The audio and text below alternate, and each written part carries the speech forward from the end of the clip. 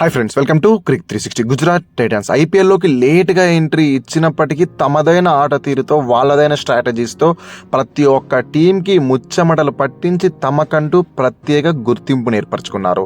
Every season play offs దాకా చేరుకోగలుగుతూ ఉన్నారు. ఏవో ఒకటి రెండు సీజన్లు మినహాయిస్తే ప్రతి సీజన్లోనూ వాళ్ళు ప్లే ఆఫ్ రేస్లోనే ఉంటూ వచ్చారు. ముఖ్యంగా లాస్ట్ సీజన్లో వాళ్ళు కనబరిచిన ఆట తీరుని చూసి అందరూ షాక్ అయిపోయారు. ఎందుకంటే ఫామ్లో ఉన్నది కేవలం టాప్ ఆర్డర్ మాత్రమే, కానీ అలా ఓకగా 200+ పోస్ట్ చేయగలుగుతున్నారు. అంతే అలవోకగా ఎవరైనా పోస్ట్ చేసిన స్కోర్స్ని కూడా చేజ్ చేయగలుగుతూ ఉన్నారు.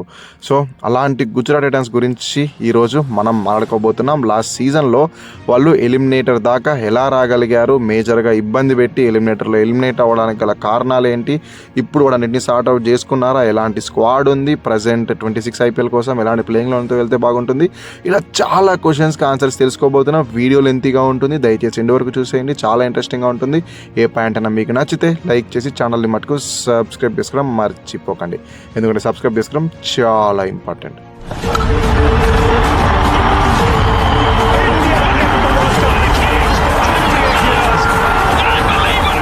First things first, last year Gujarat Titans journey ఎలా ఉంది అంటే ఎలిమినేటర్ దాకా చేరుకున్నారు. పాయింట్ల పట్టికలో 14 మ్యాచెస్లో 5 మ్యాచెస్ మాత్రమే ఓడిపోయి 3rd స్పాట్లో ఫినిష్ చేశాడు, విచ్ ఇస్ కమెండబుల్ పర్ఫార్మెన్స్ అని చెప్పాలి. ఎందుకంటే 9 మ్యాచెస్ గెలిచారు, కేవలం 5 మాత్రమే ఓడిపోయారు. ఒకవేళ ఫేజెస్ వైజ్ చూసుకున్నా కూడా ప్రతి ఫేజ్లోనూ బాగానే పర్ఫామ్ చేశారు. ఫస్ట్ 7 మ్యాచెస్లో 5 మ్యాచెస్ గెలిస్తే తర్వాత 7 మ్యాచెస్లో 4 మ్యాచెస్ గెలిచారు. ఇక నోటబుల్ పర్ఫార్మెన్సెస్ ఏమైనా ఉన్నాయి అంటే both orange cap and purple cap ఈ టీంకే వచ్చింది. సాయి సుదర్శన్ 759 రన్స్ స్కోర్ చేస్తే ప్రసిద్ధ్ కృష్ణ 25 వికెట్స్ తీసుకున్నారు. ఇక మేజర్గా మనం మాట్లాడుకోవాల్సిన అంశాలు ఇంకా ఏవైనా ఉన్నాయి అంటే వాళ్ళ టాప్ ఆర్డర్ గురించి. ఎందుకంటే టాప్ 10 హైయెస్ట్ రన్ గెటర్స్ తీసుకుంటే అందులో 3 బ్యాటర్స్ జీటీ నుంచినే ఉన్నారు. సాయి దర్శన్ 759 రన్స్ స్కోర్ చేసి టాప్లో ఉంటే, శుభ్మాన్ గిల్ 650 రన్స్తో 4th ప్లేస్లో ఉన్నాడు. ఇక జాస్ బట్లర్ 59 యావరేజ్తో 13 మ్యాచెస్లోనే 550+ రన్స్ స్కోర్ చేసి 8th ప్లేస్లో ఉన్నారు.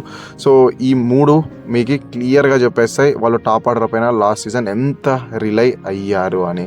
ఇక వాళ్ళు మిడిల్ ఆఫ్ ది సీజన్లోను అండ్ దాంతోపాటు ఎండ్ ఆఫ్ ది టోర్నమెంట్లో స్ట్రగుల్ కావడానికి గల మేజర్ కారణాలు ఏంటి అంటే మిడిల్ ఆర్డర్ వైఫల్యం. స్టార్టింగ్ అంతా ఫామ్లో ఉన్నారు కాబట్టి సరిపోయింది టాప్ ఆర్డర్, తర్వాత లాస్ట్లో ఏమైనా టాప్ ఆర్డర్ కనుక త్వరగా ఫెయిల్ అయితే మిడిల్ ఆర్డర్ పైన ప్రెషర్ వస్తూ ఉండింది. ఆ ప్రెషర్ రాకోకుండా ముగ్గురులో ఎవరో ఒక ఇద్దరు ఎండ్ వరకు ఉండి మ్యాచెస్ ఫినిష్ చేస్తూ వచ్చారు. బట్ లాస్ట్కి వచ్చేపాటికి ఏమైపోయిందంటే బట్లర్ ఇంటర్నేషనల్ డ్యూటీస్ వల్ల వెళ్ళిపోయాడు అండ్ శుభ్మాన్ గిల్ అండ్ సాయి సుదర్శన్ కూడా లాస్ట్లో కాస్త ఫెయిల్యూర్స్ అనలేం కానీ నిలబడి మ్యాచెస్ అయితే ఫినిష్ చేయలేకపోయారు. లాస్ట్ ఎలిమినేటర్ అయితేనేమి, సిఎస్కేతో అయితేనేమి. సో ఇలా 2-3 మ్యాచెస్. సో ఆ 2-3 మ్యాచెస్ వాళ్ళకి కాస్ట్లీగా మారిపోయాయి. అదే సీజన్ ఆద్యంతం కనుక మిడిల్ ఆర్డర్ కూడా ఎవరో ఒక 2-3 అన్న ఫామ్లో ఉండి both lower middle order and middle ఆర్డర్లో వాళ్ళు కూడా రన్స్ కనుక స్కోర్ చేసిందంటే ఎలిమినేటర్లో వాళ్ళకి అలాంటి పరిస్థితి వచ్చేది కాదు. టాప్ ఆర్డర్ పైన హెవీగా రిలేట్ అవ్వడం వల్ల అది బ్యాక్ ఫైర్ అయిపోయింది. అదే వాళ్ళని ట్రోఫీకి 2 అడుగుల దూరంలో ఆపేసింది. ఎందుకంటే ఎవ్రీ మ్యాచ్లో వాళ్ళు ఈజీగా 180+ పోస్ట్ చేయగలుగుతూ ఉన్నారు. బట్ దాంట్లో 90% రన్స్ టాప్ ఆర్డర్ నుంచినే వస్తున్నాయి.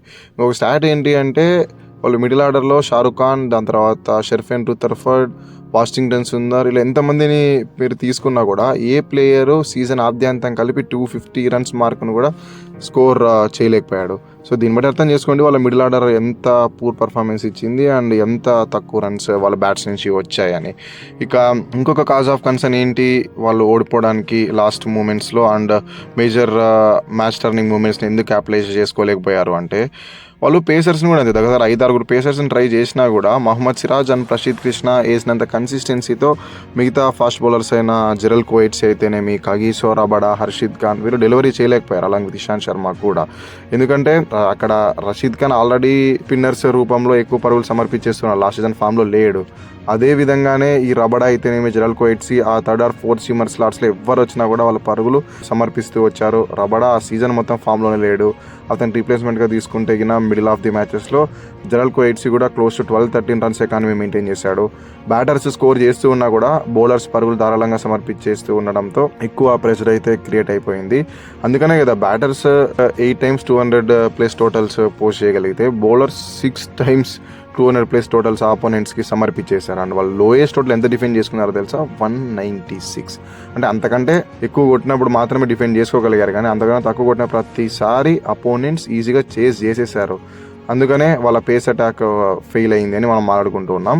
ఇక దానికి ఏమైనా అడ్రస్ చేశారా, ఇష్యూస్ ఏమన్నా సార్ట్అవుట్ చేసుకున్నారా అంటే పెద్దగా ఇష్యూస్ సార్ట్అవుట్ చేసుకున్నట్లయితే కనిపించలేదు. ఎందుకంటే ఉన్న ప్లేయర్సే ఫామ్లోకి రావాలి, కనీసం ఈ సీజన్లో అయినా ఆడాలనే ఆశలు తప్పితే వాళ్ళకి ప్రాపర్ రీప్లేస్మెంట్స్ కూడా ఏం కనిపించలేదు మినీ ఐపీఎల్ ఆప్షన్లో. అని వాళ్ళ వద్ద పర్సు కూడా అంత లేదు కాబట్టి ఆల్మోస్ట్ అదే స్క్వాడ్తోనే వెళ్ళబోతున్నారు. వాళ్ళు జస్ట్ 5 మంది వదిలేశారు అండ్ ఆ 5 మందికి ఇంకో 5 మంది అయితే తెచ్చుకున్నారు. But talk of the town ఏంటి అంటే షర్ఫిన్ రూథర్ఫర్డ్ జస్ట్ 2.6 crores దొరికాడు. లాస్ట్ సీజన్ మిడిల్ ఆర్డర్లో రన్స్ చేసింది ఎవరైనా ఉన్నారు అంటే షర్ఫిన్ రూథర్ఫర్డే.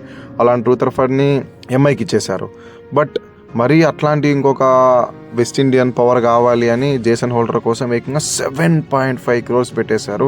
అది నన్ను చాలా ఆశ్చర్యానికి గురి చేసింది. ఎందుకంటే ఉన్న ఇల్లును కూల్చుకొని మరి ఇంకొక ఇల్లును కట్టుకోవడం ఎందుకు, ఉన్న ఇల్లునే చక్కదిద్దుకుంటే సరిపోయేది కదా. అనవసరంగా డబ్బులు అయితే వేస్ట్ చేసుకుంటూ ఉన్నారు. దాని బదులు ఎవరైనా స్పెషలిస్ట్ ఇండియన్ బ్యాటర్స్, ఇప్పుడు ఎలా అయితే కార్తిక్ శర్మ, ప్రశాంత్ వీర్ ఇలాంటి హిట్టర్స్ ఆక్షన్లో హైయెస్ట్ ప్రైజ్కి అమ్ముడుపోయారు కదా. సో వాళ్ళలో ఎవరైనా వీళ్ళు తీసుకొని మిడిల్ ఆర్డర్ ఇండియన్ ప్లేయర్స్ కొంచెం స్ట్రెంథన్ చేసుకుంటే బాగుండేది. కాకోకుండా వాళ్ళు రూథర్ఫర్డ్ని వదిలేసి అతను లైక్లీ రీప్లేస్మెంట్ కోసం ఎక్కువ డబ్బులు పెట్టి తీసేసుకున్నారు. ఇక మిగతా ఇంక్లూషన్స్ అయితే అంత గొప్పగా ఏం లేవు.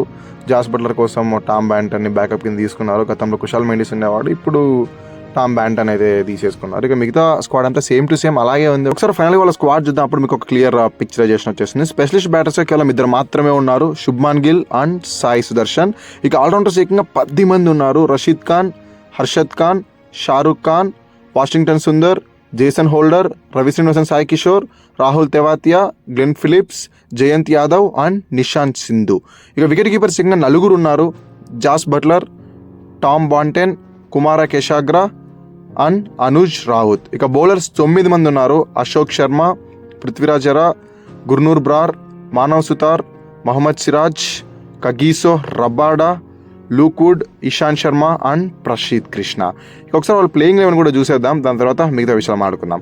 ఓపెనర్స్గా as usual Sai Sudharsan, Shubman Gill, followed by Jos Buttler at number 3, Washington Sundar at number 4, Shahrukh Khan at number 5, Rahul Tewatia at number 6, Jason Holder at number 7, Rashid Khan at number 8, Ravi Srinivasan, Sai Kishore at number 9, Rabada at number 10, Mohammed Siraj at number 11. ఇక Prasidh Krishna will be there impact player. టోటల్గా 12 మందిని తీసుకుంటే ఇందులో 9 bowling options ఉంటాయి. Spinners వచ్చేసి Rashid Khan, Shahrukh Khan, Sundar and Tewatia ఉంటే, pacers రూపంలో Jason Holder, Kagiso Rabada, Siraj, Prasidh Krishna, ఇలా మేజర్ పేస్ ఆప్షన్స్ అనేవి వీళ్ళకి కనిపించేస్తూ ఉన్నాయి. కాబట్టి ఇటు టాప్ ఆర్డర్లో పవర్ ప్లేలో అయినా, దాని తర్వాత డెత్ ఓవర్స్లో అయినా ఈజీగా పేస్ అటాక్ అయితే ఫామ్ చేసుకోవచ్చు. ఒకవేళ పవర్ ప్లేలో సిరాజ్ రబడా వేస్తే కనుక డెత్ ఓవర్స్లో ప్రసీద్ కృష్ణ అండ్ రబడా కూడా పంచుకోవచ్చు, లేదంటే జేసన్ హోల్డర్స్ కూడా ట్రై చేయొచ్చు.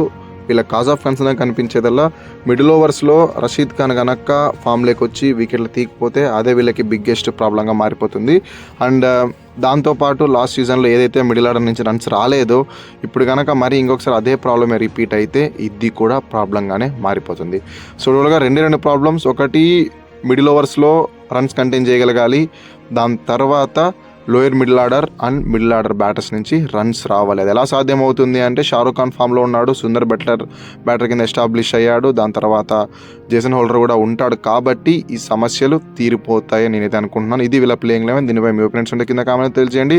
నెక్స్ట్ వీడియోలో పంజాబ్ కింగ్స్ గురించి మాట్లాడుకోబోతున్నాం. ఎవరికైనా వీడియో నచ్చితే లైక్ చేసి ఛానల్ని మటుకు సబ్స్క్రైబ్ చేసుకోవడం మర్చిపోకండి, ఎందుకంటే సబ్స్క్రైబ్ చేసుకోవడం చాలా ఇంపార్టెంట్.